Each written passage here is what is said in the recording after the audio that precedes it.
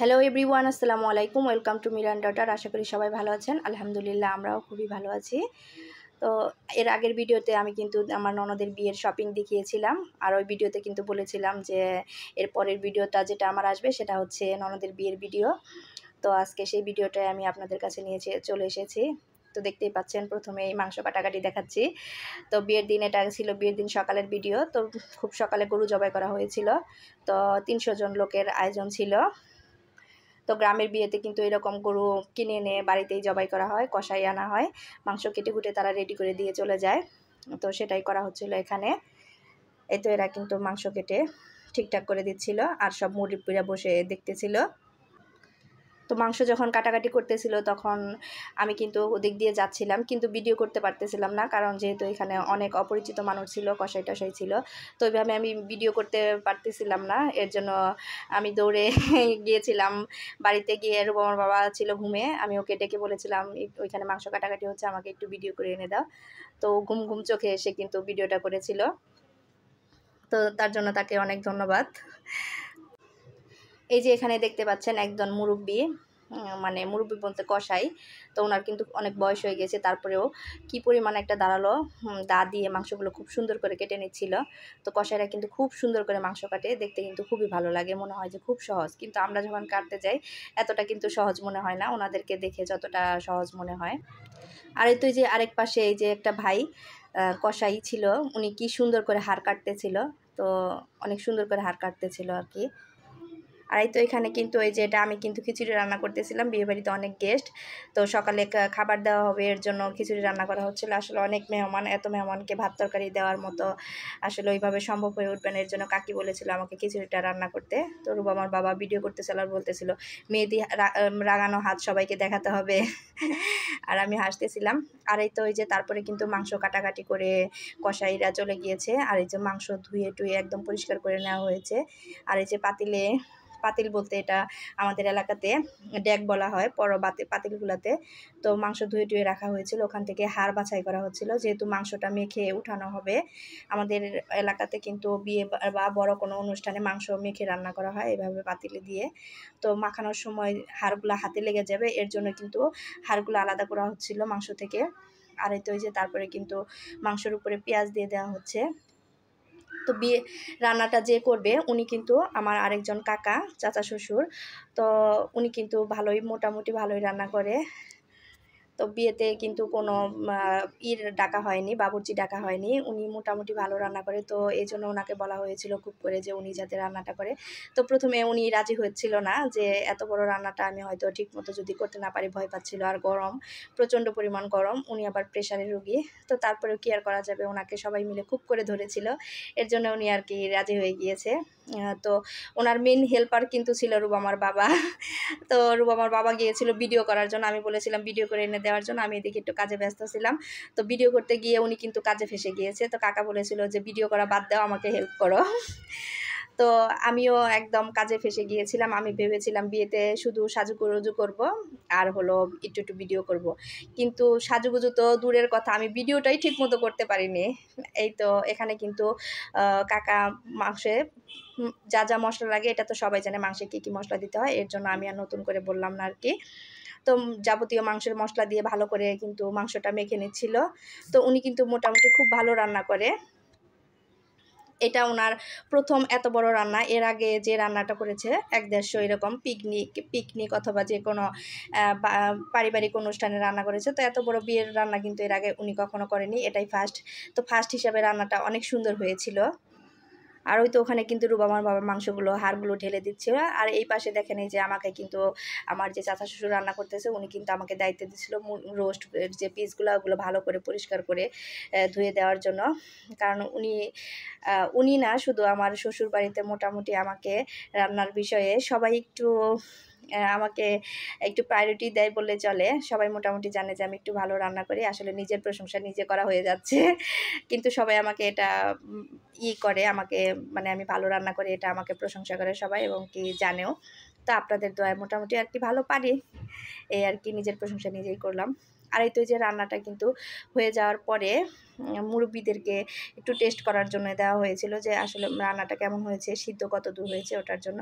এই তো যে আমার কাকা কিন্তু মাংস উঠিয়ে দিচ্ছে ওনাদেরকে দেখার জন্য, টেস্ট করার জন্য। আর এই তো যে মাংস রান্নার পরের কিন্তু ফাইনাল লুক দেখতেই পাচ্ছেন কেমন সুন্দর দেখাচ্ছে রান্নাটা। তো অনেক সুন্দর কিন্তু হয়েছিল রান্নাটা, আসলে দেখতেও যেমন সুন্দর হয়েছিল, খেতেও কিন্তু খুবই টেস্টি হয়েছিল। আর ওই তো এই যে আমার কাকা কিন্তু আমাকে ডাকতেছিল, বলতেছিল যে তরকারিটা গ্রেভিটা একটু দেখে যাও। আমি বারবার বলতেছিলাম না আমার যেতে হবে না, তারপরেও কাকা ছাড়তেছিল না, যে বারবার করে ডাকতেছিল, বলতেছিল দেখে যাও দেখে যাও।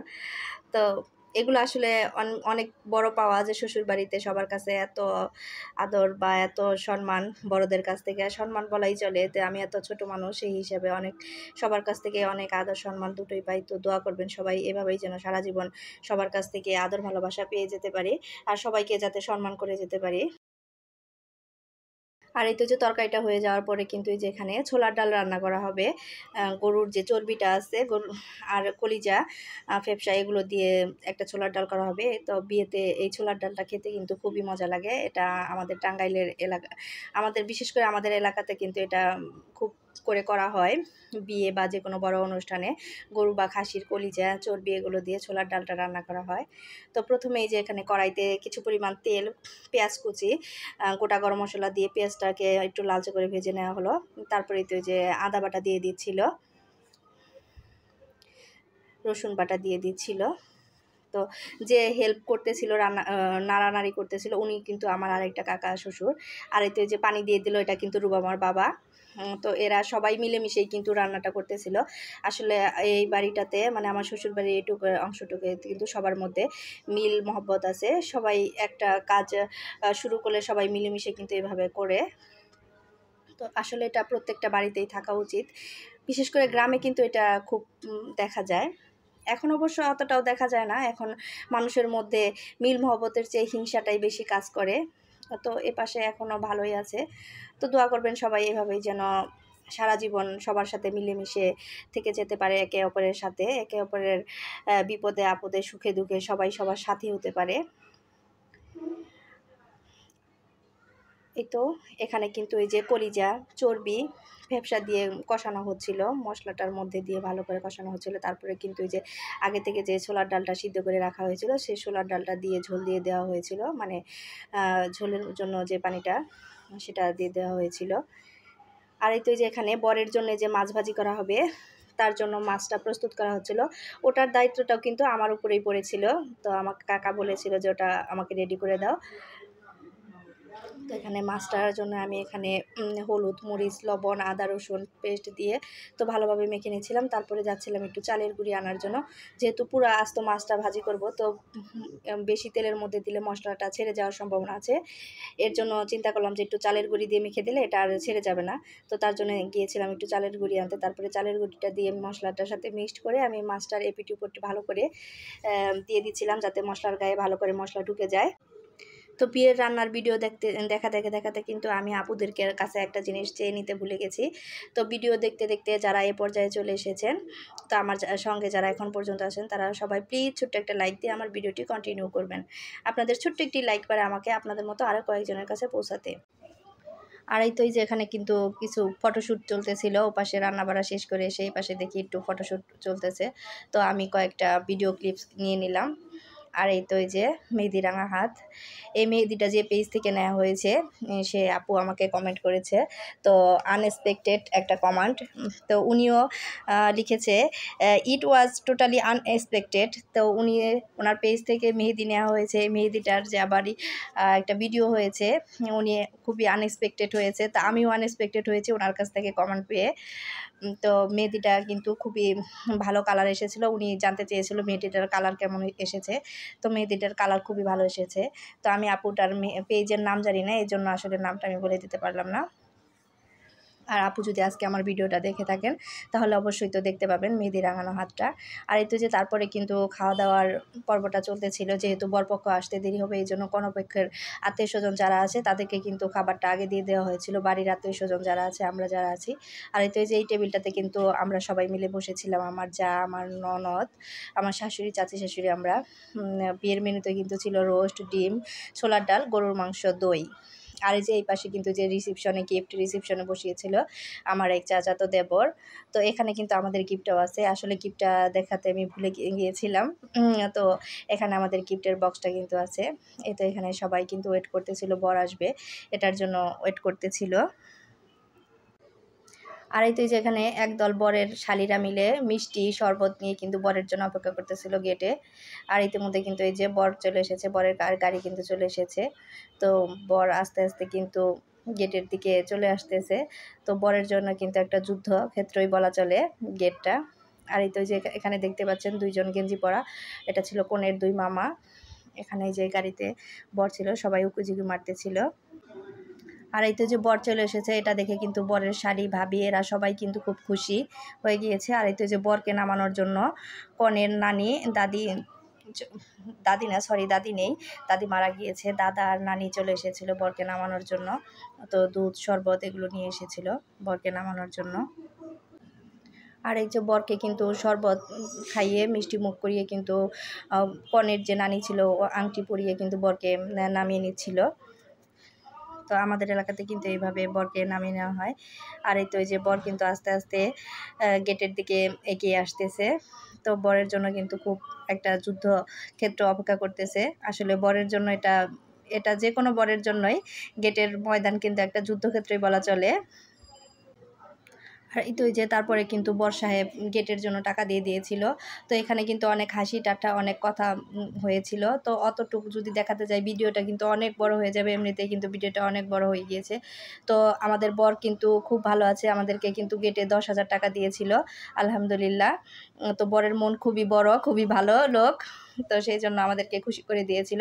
তারপরে কিন্তু এই যে বরকে ফিতা কাটার জন্য দেওয়া হচ্ছিল একটা কেচি, আর ফুল ছিটিয়ে দেওয়া হচ্ছিল।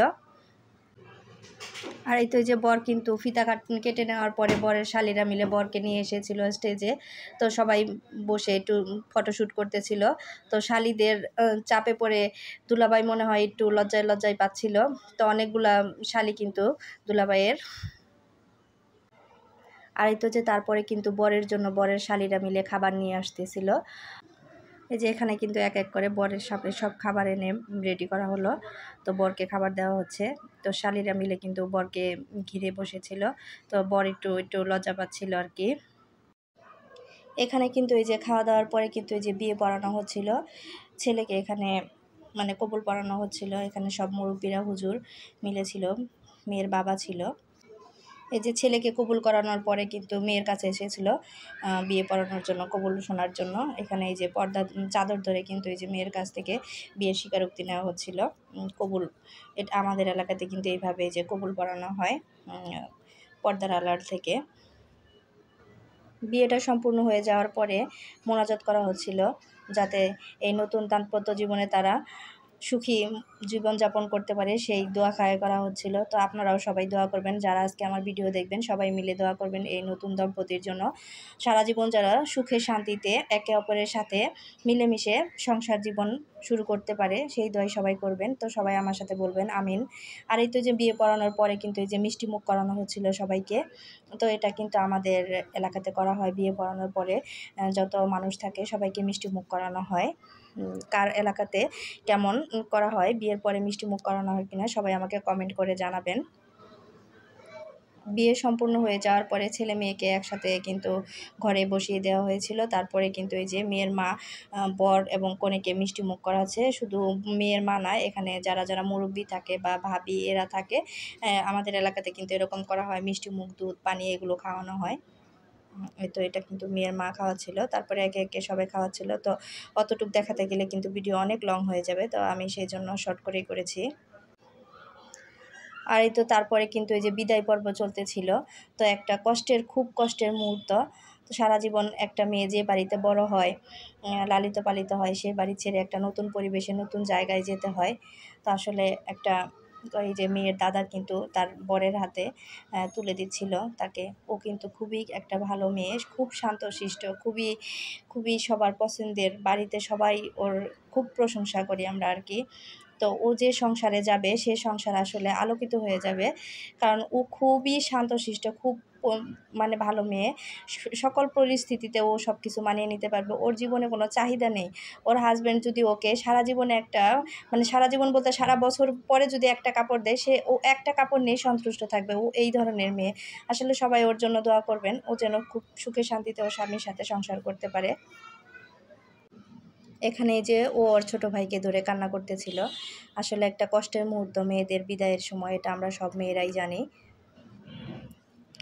এই তো এই যে ঘর থেকে কিন্তু বের করে নিয়ে আসা হয়েছে, আস্তে আস্তে গাড়ির দিকে নিয়ে আসা হচ্ছে। এখানে যে মেয়ের ফুপি, মেয়ের খালু সাথে আসতেছে গাড়িতে উঠিয়ে দেওয়ার জন্য।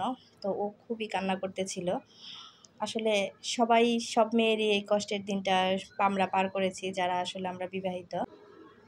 এই যে এখানে ও কিন্তু ওর মামিকে ধরে কান্না করতেছিল, তো ওর মামিও খুব কান্না করতেছিল। তো ওর মামির মধ্যে আর ওর সাথে খুব ভালো ফ্রেন্ড একটা সম্পর্ক ছিল। তো দুজনে দুজনকে ধরে জড়িয়ে ধরে খুব কান্নাকাটি করতেছিল। এই যে তারপরে কিন্তু গাড়িতে উঠিয়ে দেওয়া হচ্ছিল। তো বিদায় একদম লাস্ট মুহূর্তে, ভিডিওর আমি একদম শেষ পর্যায়ে চলে এসেছি। তো আমার ননদকে বিদায় দিতে দিতে আমিও আপনাদের কাছ থেকে বিদায় নিব। তো সবাই ভালো থাকবেন, সুস্থ থাকবেন। আজকে এ পর্যন্তই। আজকের ভিডিওটি আর বাড়াবো না, এমনিতে ভিডিওটি অনেক বড় হয়ে গিয়েছে। তো সবাই ক্ষমা সুন্দর দৃষ্টিতে দেখবেন, কষ্ট করে ভিডিওটি দেখে নেবেন। সবাই ভালো থাকেন, সুস্থ থাকেন। আল্লাহ হাফেজ।